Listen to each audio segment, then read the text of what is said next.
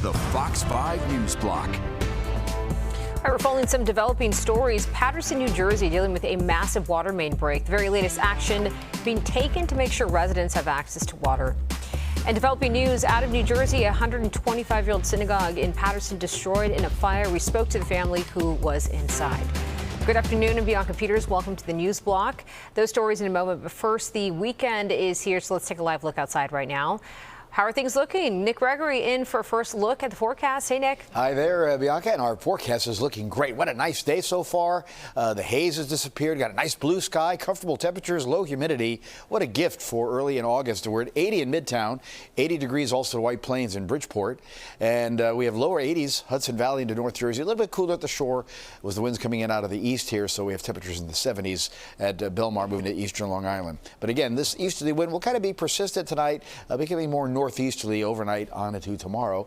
And again, as you take a look at the satellite view, there's really nothing going on nearby. So we have a pretty good forecast ahead. In fact, our futurecast here is going to show that we'll look for that clear weather to continue tonight. And sunshine comes back in tomorrow. Notice again, clouds, mid to higher clouds trying to come in from the ocean there. But it looks like, again, with that easterly wind, things will not really be a problem here. We've got dry forecast right through the upcoming weekend. We're going to start a warming trend, though, as you'll see in the forecast. And we're still talking a heat wave arriving next week as temperatures head into the 90s. All right, as we go through tonight, we get down to about 65 in the city. Notice the suburbs nice and comfortable, lower 50s there. Again, a clear sky and about 60 degrees as you move out across Long Island. Tomorrow, another nice day, just a touch warmer, 84 in the city, same for White Plains, 70s on the island, some mid-80s inland.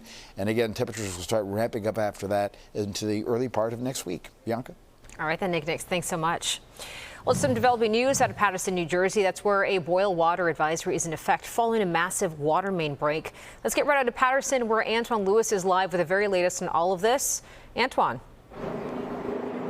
Bianca, that effect is still, that advisory is still in effect, which sets up what's going on behind me. Photojournalist Mike Nash is going to give you a look at what's happening right now. This is the distribution of bottled water to residents in Paterson that have been impacted by the water main break. So this is the operation that you're seeing right now. What's going on is being coordinated by the fire department. So as you're taking a look at this, let me set up and tell you what happened that led to all of this. So the water main break happened early Friday morning. Crews responding to a 30-inch break near Hinchliffe Stadium is on the other side of where we're standing at right now. It's in a wooded area between the stadium and the Paterson Great Falls, mostly impacting residents in the north side and Hillcrest areas. Again, the boil water advisory has been issued for the entire city. It will remain in place until further notice. Residents are being told to boil water for at least a minute, then let it cool before drinking, cooking, brushing teeth, and washing dishes. Paterson's pipes and infrastructure are quite old, which, according to City Hall, is also being taken into account as they try to identify the source. My children will wake up, not going to use the bathroom, nothing, me too. No water. No water. Unfortunately, it's adversely impacted residents in our north side and in our Hillcrest sections. So they're going to be without water for a significant period of time. However, I can report that the Passaic Valley Water Commission has identified the source, and so that may expedite our efforts. So, again, because of the advisory, water is being given to residents that are impacted, again, coordinated through emergency officials, the fire department out here on scene where we are doing that. We spoke to residents about how they're handling all of this, and take a listen to what they had to say. But honestly, I'm not surprised with the recent earthquakes and the way how everything has been. It was bound to happen with some old pipes. It was going to break. Regardless, it was going to happen at some point in the future. What can we say? It's an old city. It's an old city, old pipes, old everything, so nothing much else we can do. So, again, as you come back to us live, this is what's happening here where we are. And just to explain to you how it's doing, they've been in this type of operation since around 12:30 this afternoon.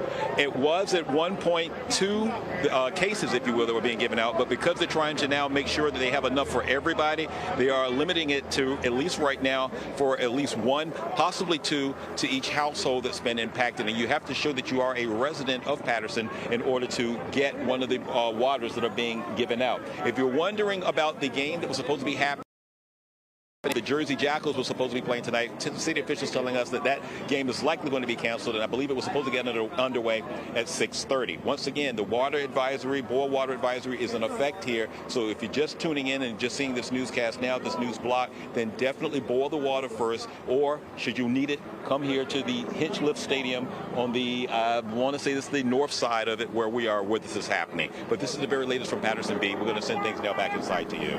All right, Antoine, thanks for staying on top of that. Some more developing news now out of New Jersey. A massive fire destroying a 125-year-old synagogue in Rutherford, New Jersey this morning. This started before 3 a.m. at the Congregation Bethel Synagogue on Montrose Avenue. A rabbi and his family lived there, but fortunately, fire officials tell us they were able to escape. Officials are continuing to work on hot spots and investigate this cause. Luckily, the rabbi and his family, 6 members total, were the only individuals in the structure. They were able to get out unharmed. So the fire alarm went off, and my wife and I woke up. We heard the fire alarm blazing. We heard cracking of glass, shattering of glass. I saw outside my window. I saw the flames. I right away told my wife, "We need to grab the kids and run." The synagogue was previously targeted in a firebombing incident back in 2012. Well, developing news involving New York Attorney General Letitia James. The DOJ has opened up a grand jury investigation into James's over her civil fraud case against President Trump. The investigation alleges James may have violated Trump's civil rights. A spokesperson for James calls this a weaponization of the justice system and that James stands behind her litigation of the Trump organization. James secured a $454 million judgment against the then former president and some of Trump's company's executives, including 2 of his sons. Meanwhile, some new details into the death of a carriage horse that collapsed earlier this week in Midtown. A preliminary report from a necropsy shows the horse named Lady had a small tumor in her adrenal gland that likely caused an aortic rupture. This kind of episode usually leads to sudden death. The horse was 15 and died Tuesday while walking to her stable from Central Park. That is where she had given 2 rides. Meanwhile, NYPD Commissioner Jessica Tisch on Good Day New York this morning talking about 2 recent stabbings on the subway. One of them involved a woman being stabbed multiple times on the 3 train Wednesday night, and on Tuesday, a woman walked right into the station on West 23rd Street. That's when police say that she was stabbed in the back. Tisch says a better job has to be done helping those with severe mental illness. We need capacity in our hospitals to care for people who are suffering from severe mental illness. Our cops bring people to the hospital thousands and thousands of times a year who are in mental distress, and they get released 2 hours later with a sandwich. We need to care for these people. We need to treat them. We can't put it all on the police to address the issue. The commissioner says this July marked the lowest level of crime in the subway system for any July on record, excluding the pandemic years.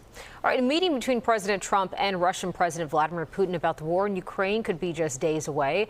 Trump had said that Putin would have to agree to include Ukrainian President Volodymyr Zelensky in the summit, but Trump has now removed that condition. No word if Zelensky will attend and where that meeting might be. Zelensky is concerned about being left out of the talks. All this as new U.S. sanctions are set to kick in on Russia's trading partners. And Israel says it is intensifying its war with Hamas by taking over Gaza City, not all of Gaza. This move marks a significant escalation in fighting. Fox's Greg Palcott has the very latest.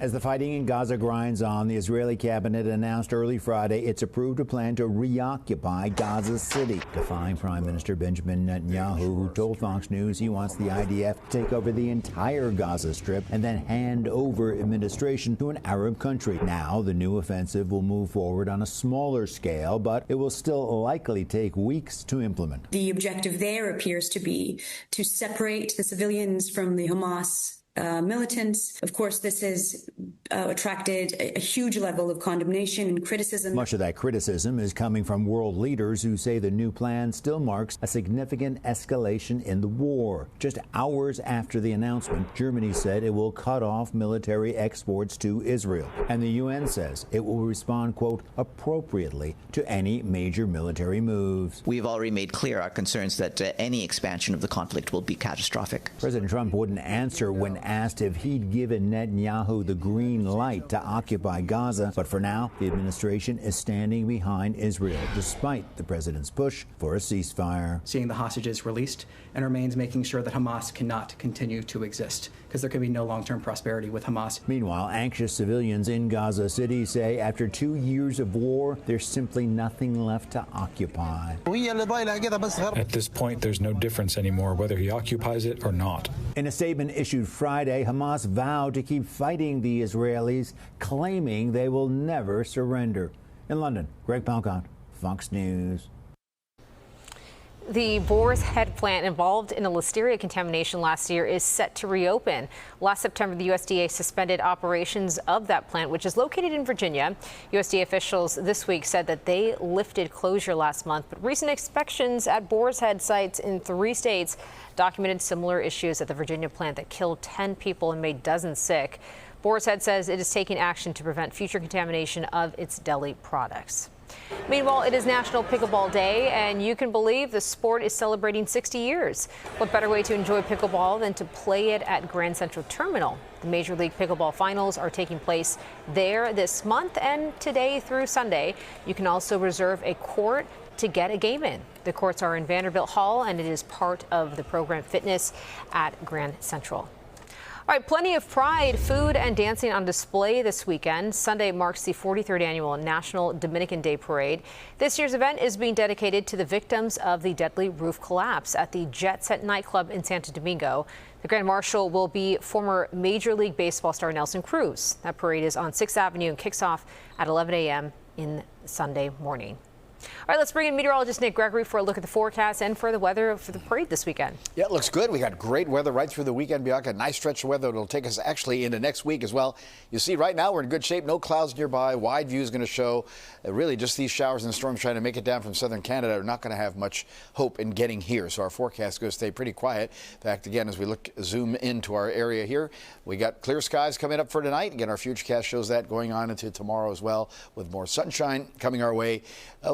Same deal for Sunday, but we'll start a little warming trend as we go on in through the upcoming weekend forecast. In fact, our temperature chart here shows that starting out in the 60s and 50s tomorrow morning, we're going to end up getting into the low and middle 80s. We head on into tomorrow afternoon.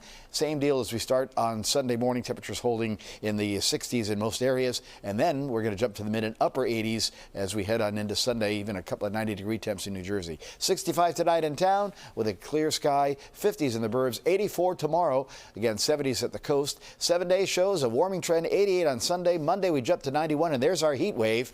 We have the humidity increasing too, so we'll be in the 90s, feeling like the high 90s, feeling a lot like August. Bianca. All right, Nick, sounds great. Thanks so much. Well, that's your news block for now. I'm Bianca Peters. Thanks so much for joining us. Tune into the 5 o'clock news on Fox 5 and right here on Fox Local for all the day's news as it develops.